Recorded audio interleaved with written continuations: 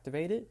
So if you have something that's heating up your iPhone in the background for about 12 hours on an older iPhone, that device is getting...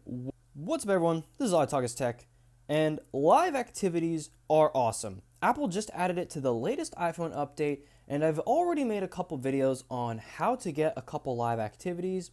Y'all already know about this awesome one on basically the dock for the lock screen. I have a video on that below.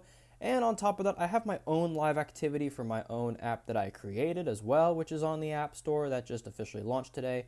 So the point is, live activities allow for so much. But unfortunately, there's a lot of information that is not being shared because of the hype. And I just want to make that information available to y'all so y'all can make your own educated decision. So basically, this goes for every iOS update. As new features are added, older devices are affected, and sometimes Apple supports devices where it isn't the best idea, but they do it because they'll get backlash. So here's the deal, guys. The way a live activity works is the app will continue to run in the background. And what this allows is live activities, what happens is because these apps are running 24/7, it uses up battery life.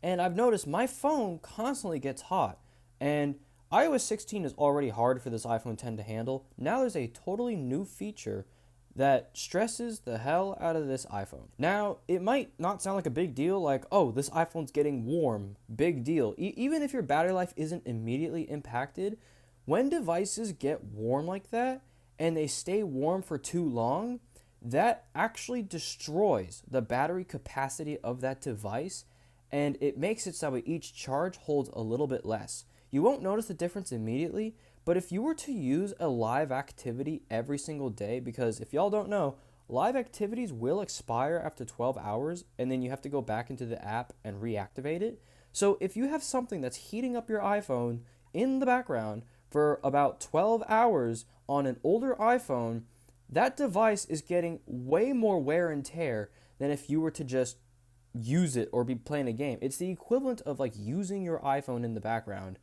And if you do notice heat being a problem, this would most likely be the candidate if you are using a live activity. So my point is, if you have an older iPhone, you might want to stay away from live activities. Even though it's such a cool feature, it's literally just going to speed up the time frame required for you to get a new iPhone because your battery is having problems. So heat is so bad for the iPhone batteries.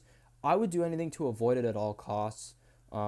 I even stopped using True Tone and stuff like that just because it has to put a filter on everything on the screen, and anything that requires more processing power than necessary for the older devices, it causes heat, and that's what makes the overall battery capacity shrink so much on the older devices.